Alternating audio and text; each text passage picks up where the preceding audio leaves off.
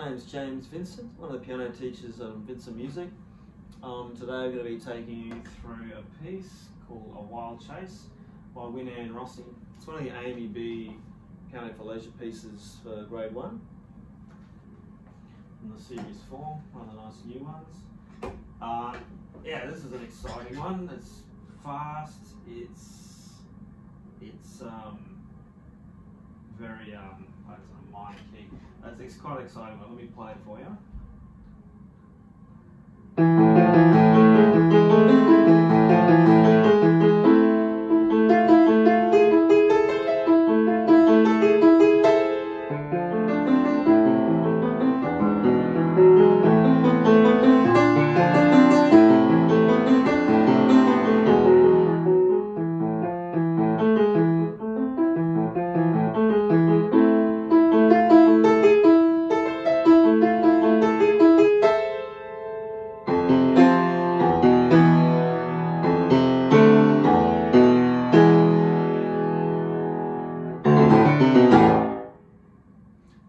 So I made a little bit of a mistake there. From bar 25, it should have gone.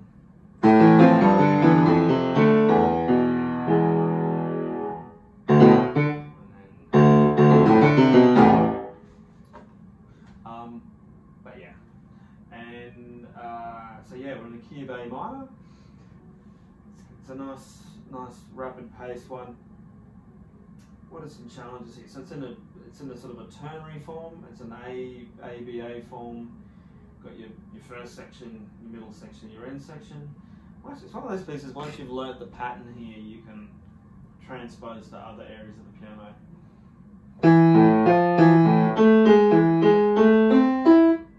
Happens very similarly again. It's a very similar one. Then we do it again, up an octave. And again. So after learning the first line, you should be able to do the second line quite well. It's easier to learn the hands together at the same time because the melody kind of flows and swaps between the hands. You've got your thumb on F, your other thumb's on E, next door to each other, left and right.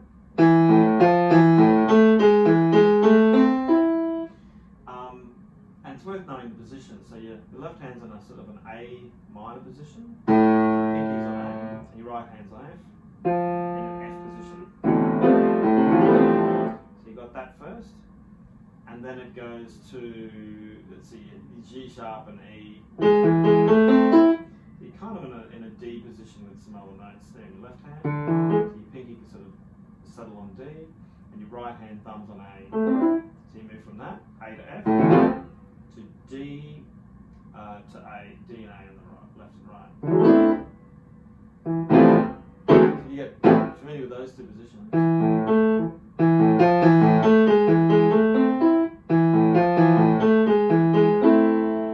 Makes it easy to think about. That's the first thing I'll be trying to get used to if you're coming to this piece. And then in this middle section, we've got it's different kind of chord progression, which they encourage you to improvise on, which I think is really interesting. But your left hand moves to a D position, D minor. Your right hand's still at that A position, with the thumb on the A.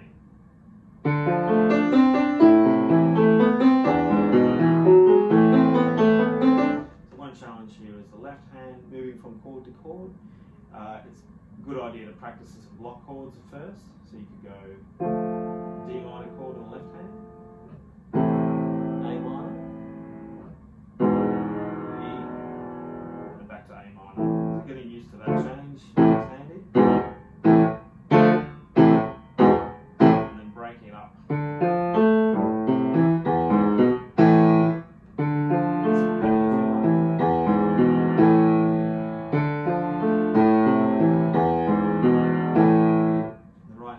Simpler.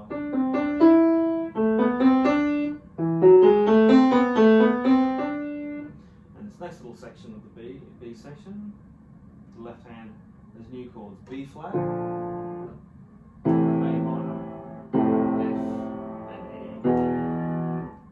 chord breaking up. If you break up the chord, it's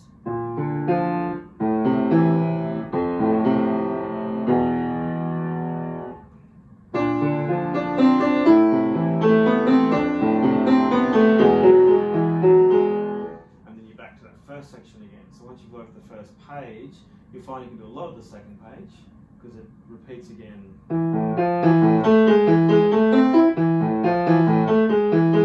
heard that before, right? And then it goes up again.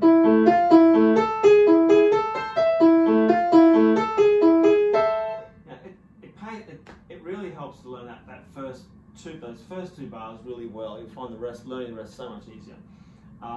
Then it has this extra section. You could call it a coda or an ending. Let's see, it starts loud.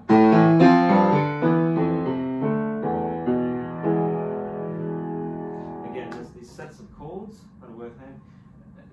They're moving down parallel motion, left hand, right hand together. So your left hand's got an A chord shape on the hand. G, F, E. Just going down the steps. It's quite easy to do. And the right hand kind of follows it. So together you've got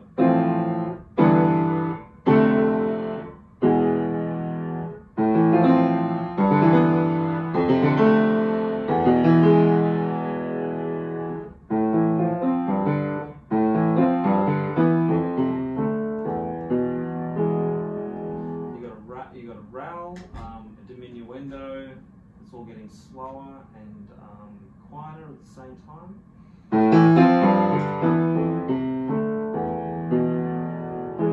And the big pause and the big dramatic effect at the end. As fast as you can, it's a lot of fun.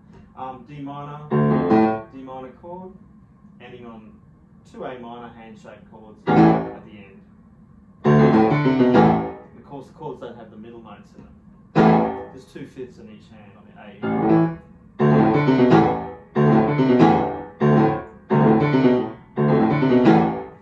Good stuff. What else we got here? So yeah, improvising. There's a suggestion here of using the left-hand chords in the B section. So from about bar 9 to bar 16, I believe they mean. There's a nice 8-bar section.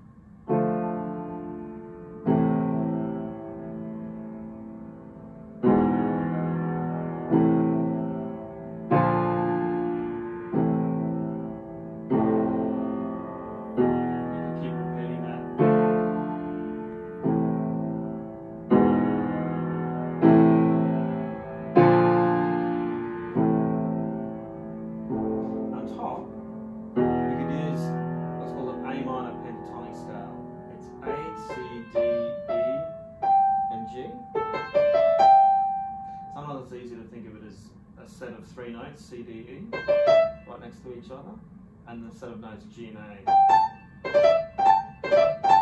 Sometimes easy to think about that group of 3 and 2. Others may know that as the C pentatonic scale. That works really well. And yeah, it works nicely on top of this for the most part. There'll be some notes that are dissonant, so you just got to watch it and listen with your ears.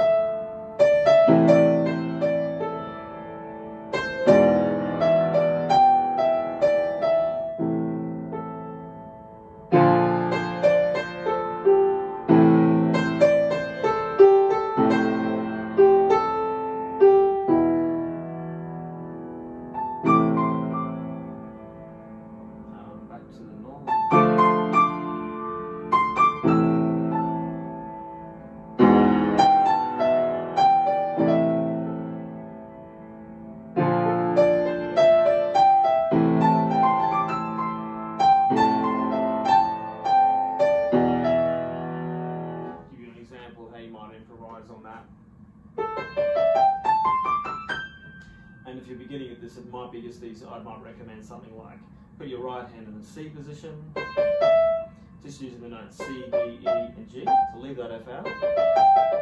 Keep it simple, and you could occasionally twist over to the A below, or occasionally get that pinky to go to that A next to the G, which is a bit more like.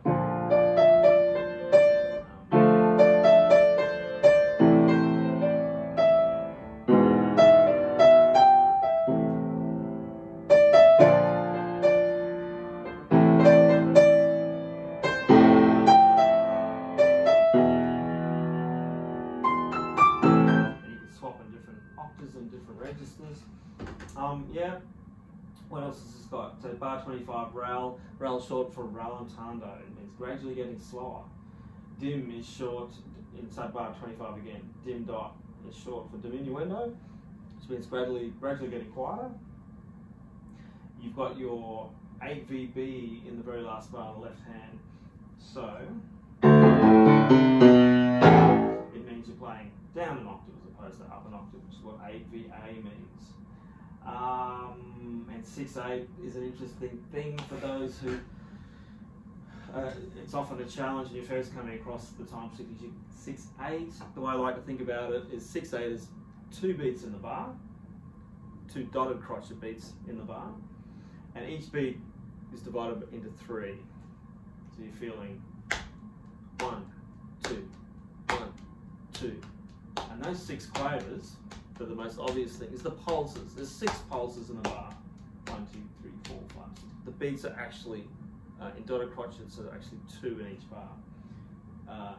It's a form of duple time, and it's also a form of compound time, and that can get complex, but just thinking it in 2 is the way to think about it. You'll see the quavers grouped into beats. 1, 2, 1, 2, 1, 2, 1. It's the way you feel it. 2 beats in the bar. Anyway, there we go. A Wild Chase by Rossi. Hope you found this tutorial helpful. See you next time.